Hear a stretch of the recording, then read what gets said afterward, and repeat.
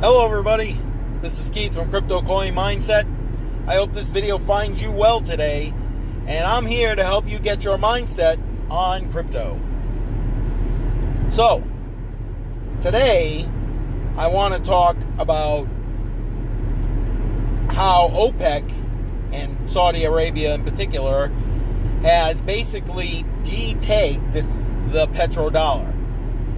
So, it's a little recap of history, I guess, so to give you the right context, because I don't know if you guys, follow history, follow monetary, what goes on with money, understand what Bretton Woods was, etc., etc.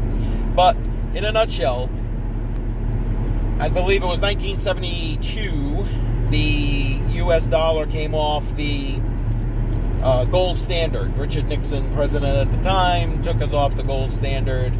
I actually remember watching that television address, ironically, yes, I'm that old. Anyway, a couple of years later, the U.S. went to Saudi Arabia and these OPEC oil-producing nations and got them to agree to denominate the price of oil in U.S. dollars. So basically, anyone who wanted to purchase oil, which is pretty much the entire world, was having to buy and have U.S. dollars in order to purchase oil, which, again, entered the petrodollar, where we are right now, and is what has given this fiat U.S. dollar its stability over the last, 40, 50 years, 40 plus years at this point. So, recently, the president of China went to Saudi Arabia and met with not just those oil producers, the leaders for the oil producers there, but with the entire OPEC group, and basically walked away saying that, guess what? Now we're going to buy oil in yen. This has been confirmed by several sources, including the representatives from Saudi Arabia, as well as China, as well as in the recent WEF meeting in Davos. So, I know most people probably figure, so what? This is just the next step in the intentional collapse of the U.S. dollar.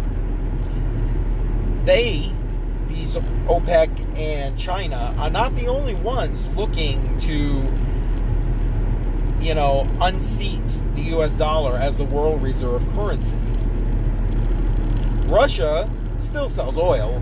They've got sanctions against them because of the war in Ukraine and this and that, and I don't want to go down that road for a number of reasons. However, they have been working now because what did the U.S. do? The U.S. put sanctions on them because because we have the world reserve currency, we control the SWIFT system, which is the part of the banking system that basically does cross-border payments in the U.S. dollar.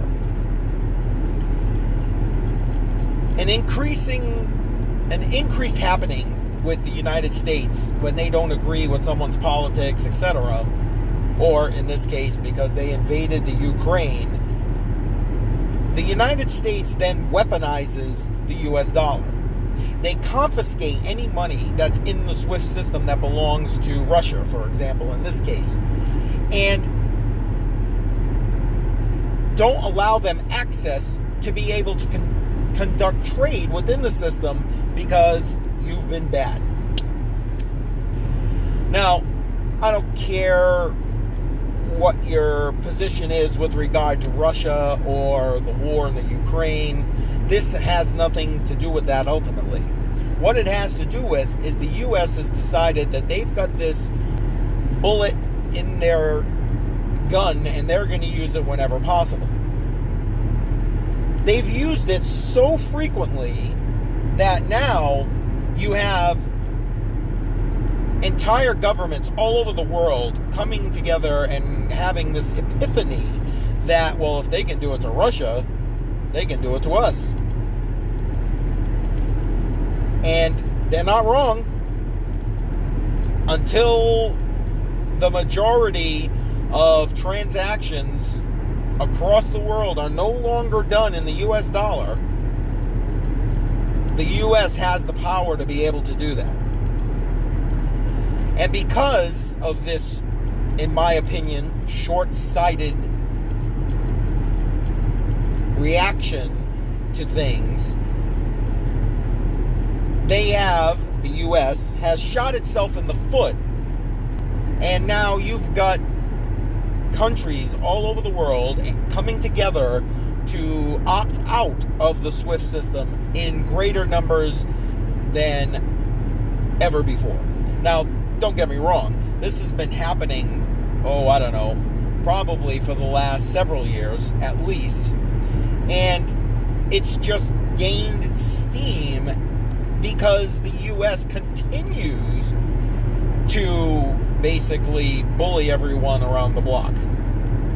Again, I don't give a shit where you stand on politics or worldviews. The facts are the facts, and the US weaponizes the SWIFT system and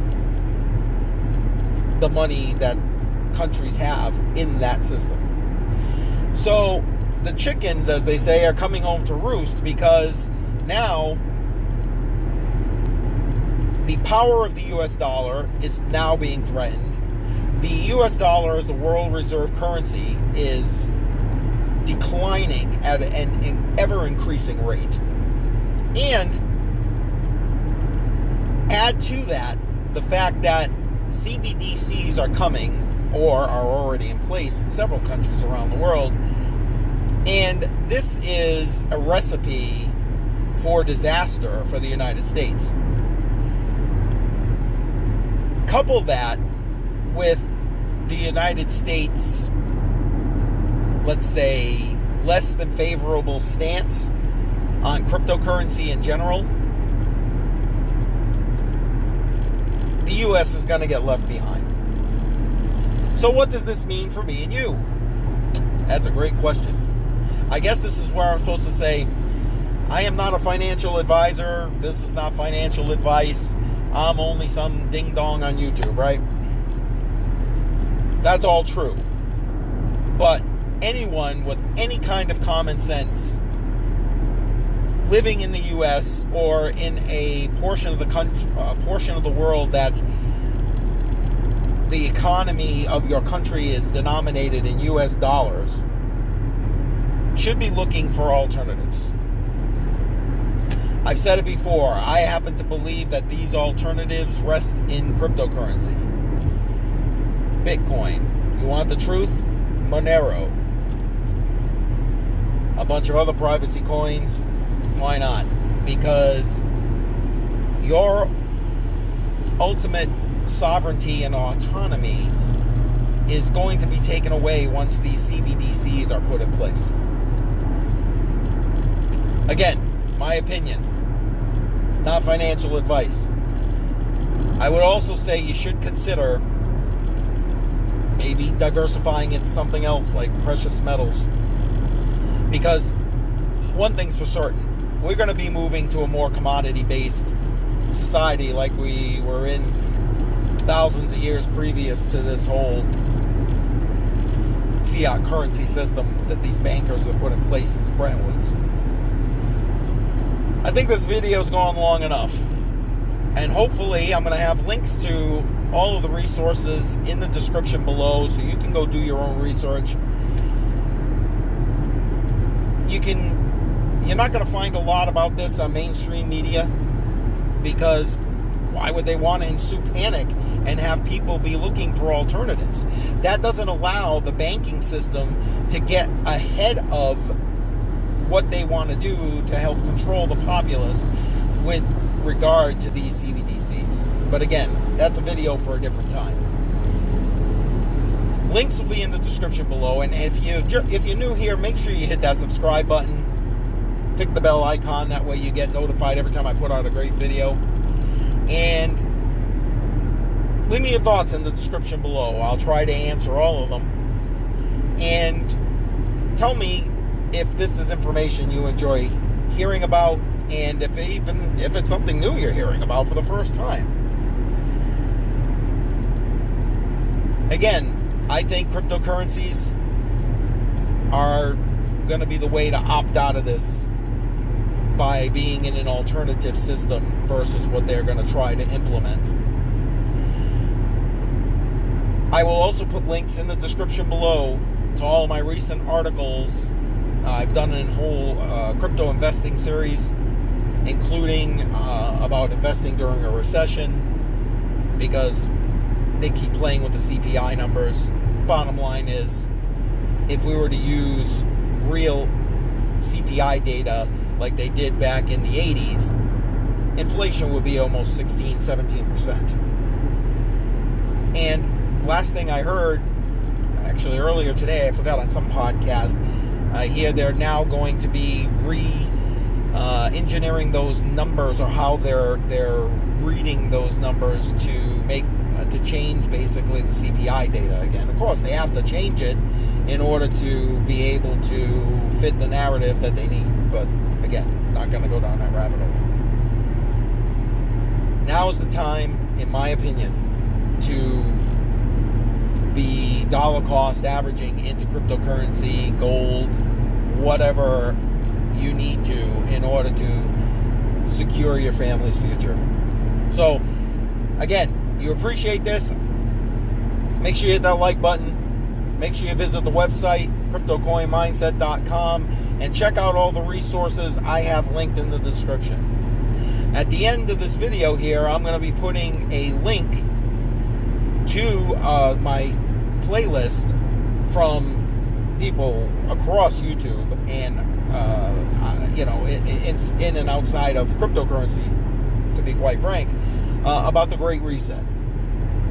I hope you enjoy diving into that. All right, that's it for today. Talk to you soon.